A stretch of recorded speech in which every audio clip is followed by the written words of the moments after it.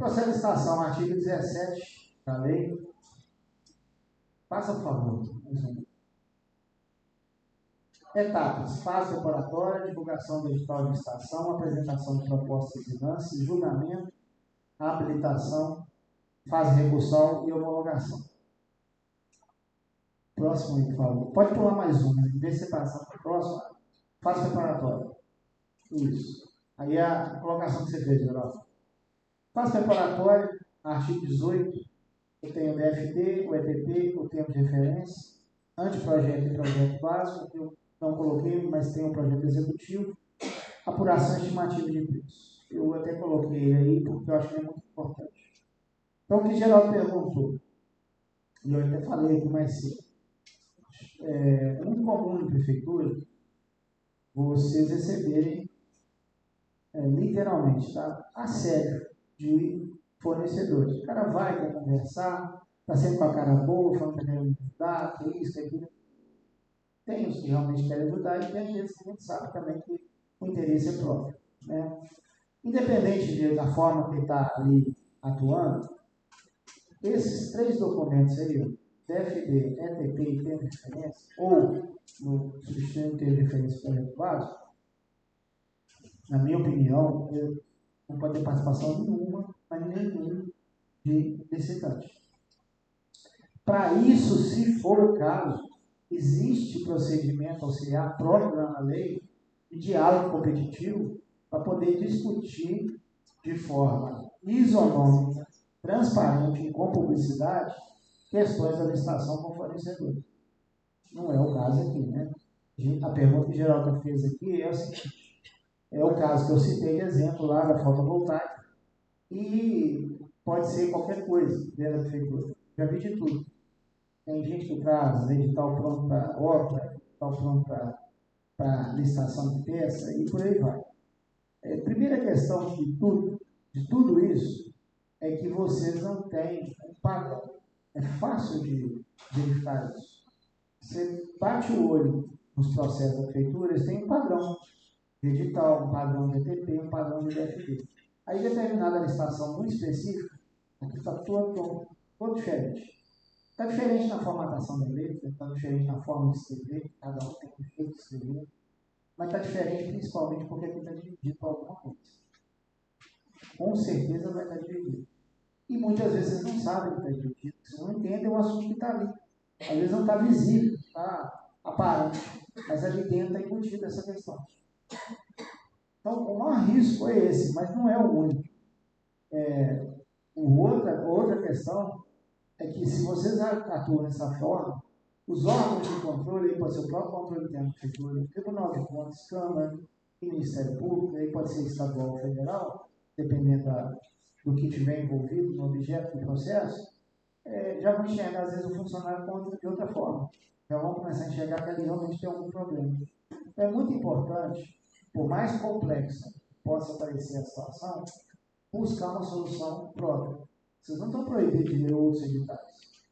E até devem pesquisar bastante, entender como é que é feito em outros locais, ver o que deu errado, o que deu certo, ótimo. Eu faço isso o tempo todo também. Mas daí você tem que tirar as conclusões e aí dar sequência. E lógico, né? Eu estou falando com vocês, lembrando que esse ETP aqui, o DFD, é o secretário, o funcionário de secretaria técnica que vai ter que fazer, vocês vão estar acompanhando. Então, isso é uma questão, geral. É uma pergunta, né, que a plateia, que a maioria são de pessoas, agentes públicos voltados para as licitações, mas que tem que estar no íntimo de cada secretário municipal, de cada agente público demandante. Porque muitas vezes vocês vão receber isso pronto e também nem estão sabendo. É muito complexo isso, porque você não tem como saber o que está acontecendo nas secretarias da prefeitura. Não tem como saber se o secretário está recebendo a visita de um fornecedor e ele está sendo influenciado, mesmo que não seja de má fé do próprio secretário ou da pessoa, ele está sendo influenciado a dirigir uma solicitação dessa forma. Então, o processo eletrônico, até nesse ponto, ele ajuda. Tá? Estou insistindo muito com isso. Eu tenho que ser muito sincero.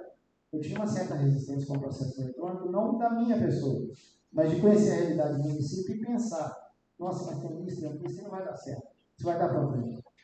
Mas, na verdade, dá problema nisso, mas as dificuldades, elas são mínimas, comparadas às vantagens que o processo eletrônico traz. Porque se o processo é eletrônico, vocês têm facilidade de ir lá e ver ele todo fácil, a qualquer momento. Ele está disponível para o cidadão que quiser ver, questionar. E até, às vezes, na maioria das vezes a gente pensa que o questionamento é sempre para prejudicar, né? Mas, na verdade, o questionamento enriquece o processo.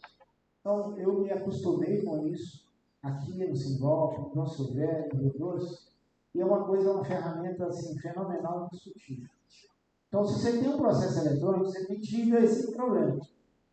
Porque a pessoa vai ter que entrar lá dentro do sistema, com o login dele, com a assinatura digital dele, independente de ser certificação digital ou assinatura do próprio sistema eletrônico, para poder escrever. E cada vez que ele mudar alguma coisa lá, vai ficar registrado, porque vai gerar um documento novo. Então, você tem uma transparência enorme do que está acontecendo. Então, o processo eletrônico é um caminho que, em determinado momento, de um ou de outro, né, todos vocês aqui vão inserir nesse processo de ser digital, né, dos documentos serem nada digitais. Isso acaba com um monte de problema, não sei que vocês passam isso aqui. Tem que fazer, às vezes, as coisas de forma soldada, às vezes até ser obrigado a concordar com determinadas situações, de fazer documento com data retroativa. Isso não dá, não tem jeito. Eu procuro sempre assinar contrato, aditivo, da minha empresa, eletrônico, justamente para não ter questionamento. Eu evito ao máximo de fazer assinatura física. Eu recebo, às vezes, algum aditivo, algum contrato para assinar, que o prefeito até já assinou físico, ou assinou eletrônico. E aí amanhã alguém quiser saber que essa data está aí, a data que assinou. É muito complicado isso. Eu sei que no dia a dia da prefeitura é difícil, às vezes, de ser conduzido dessa forma. Mas eu acho que é o que tem que ser feito.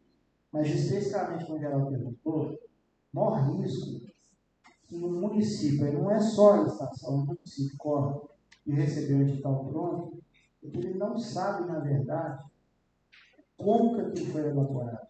E o que tem de que não está aparente ali, mas que está inserido ali para poder eventualmente beneficiar a OB ou prejudicar a OB. Então, eu sou contra essa questão de receber editais. Sou a favor da pesquisa dos municípios. Os municípios que tenham as mesmas demandas, e vai ver como é que o município resolveu aquilo. E principalmente se está dando certo. Porque aí a gente tem que entender, não é uma cópia, não é isso. Mas a questão da construção de qualquer questão, seja dentro da prefeitura, dentro do privado, ela está sempre vinculada à informação. Na verdade, a maior riqueza que existe de qualquer pessoa, instituição ou empresa é deter informações. Elas são valiosas. Lógico que o profissional tem que saber interpretar, mas quem detém informação é que detém a riqueza. Muitas vezes, eu no passado eu já fiz outro curso em Ciência de Direito, e por várias vezes eu escutava um professor meu lá de Ciência da Computação falando que o mundo seria dominado, na verdade, por quem detesse a informação.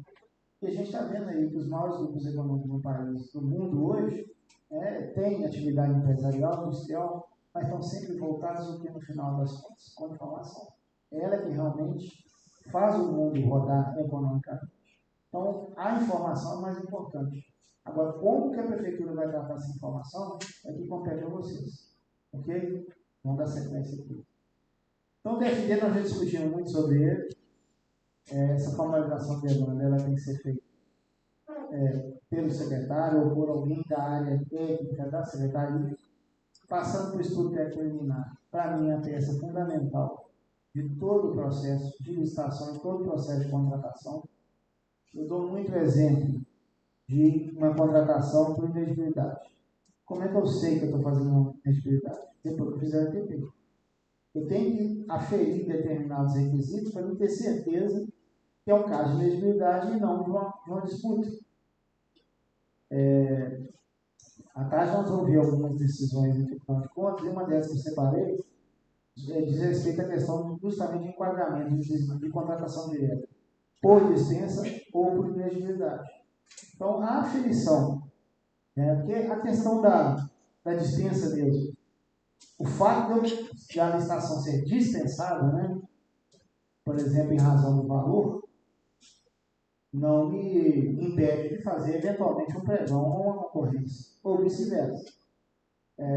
O que vai, na verdade, definir se eu vou fazer uma dispensa, inclusive, é uma outra coisa que eu quero começar e discutir, entender o que vocês pensam sobre isso, mas imagina a questão da dispensa, para mim é uma questão tortuosa, tá?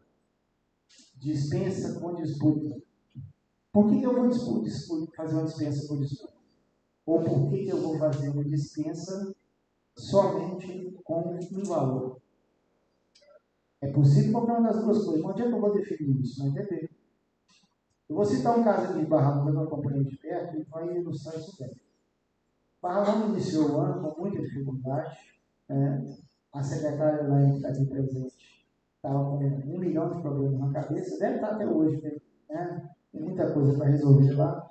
Mas uma coisa banal, simples, uma contratação de hospedagem de site e de caixa de postal de e-mails. O contrato tinha vencido no ano passado, o fornecedor segurou um tempo, e nisso foi publicada uma dispensa eletrônica na plataforma que a prefeitura usa, uma dispensa eletrônica com disputa. E deve ser uma dispensa que o valor total dela deve dar quase 5 mil reais no ano. No ano. Dispensa eletrônica, com disputa. Aí teve impugnação. Teve que retificar edital. Teve que esperar prazo. E aqui, deve ter ido uns 15 dias, né? O prefeito ficou 15 dias, sem e-mail, sem site, sem nada. Só não ficou porque ela tomou providência, ela foi lá e fez uma contratação emergencial para poder suprir o tempo. Olha o tamanho que isso virou. É uma questão muito simples. O que ela poderia ter feito? Corta o preço. Ó, qual que é o valor que você cobra? Você já presta isso para mim. Me dá um preço aí. Ah, tá, esse é o preço, 5 mil por ano. Vamos ver aqui quanto que os outros municípios estão pagando. Ah, os outros municípios estão pagando isso aí. Vou contratar você. Pronto. Nesse caso, eu acho que não precisaria nem publicar aquele aviso da higiene do site. Uma coisa tão banal. Só que o que acontece? É questão de interesse público. O que é mais interessante para mim? Eu aumentar a publicidade ou ser mais efetivo e eficiente para atender a demanda que vai me trazer problemas, inclusive de publicidade, que o meu site vai ficar fora do ar.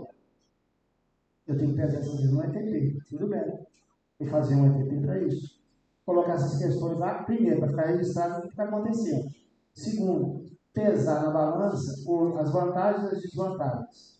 Os prejuízos que isso pode gerar para a prefeitura. E aí tomar uma decisão. Não, vou fazer realmente a dispensa com disputa. E não, vou fazer dispensa eletrônica, mas sem disputa. Não, vou fazer a dispensa, vou publicar um aviso e vou guardar 3 dias alguém apresentar alguma proposta. Ou vou fazer uma dispensa, vou dar efetividade ao que a lei fala e vou negociar direto com o fornecedor. Vocês podem fazer isso. Vou mostrar aqui de dados. Mas, enfim, o estudo preliminar é que vai formalizar o que vocês normalmente, informalmente fazem. Vocês discutem entre vocês como é que isso vai ser, como é que vai ser, se é caso de empregão, se é caso de concorrência, elegibilidade, vai ser credenciamento, vai ser registro de preço. Vocês fazem essa discussão, mas muitas vezes ela não é formalizada. Então o ETP formaliza isso.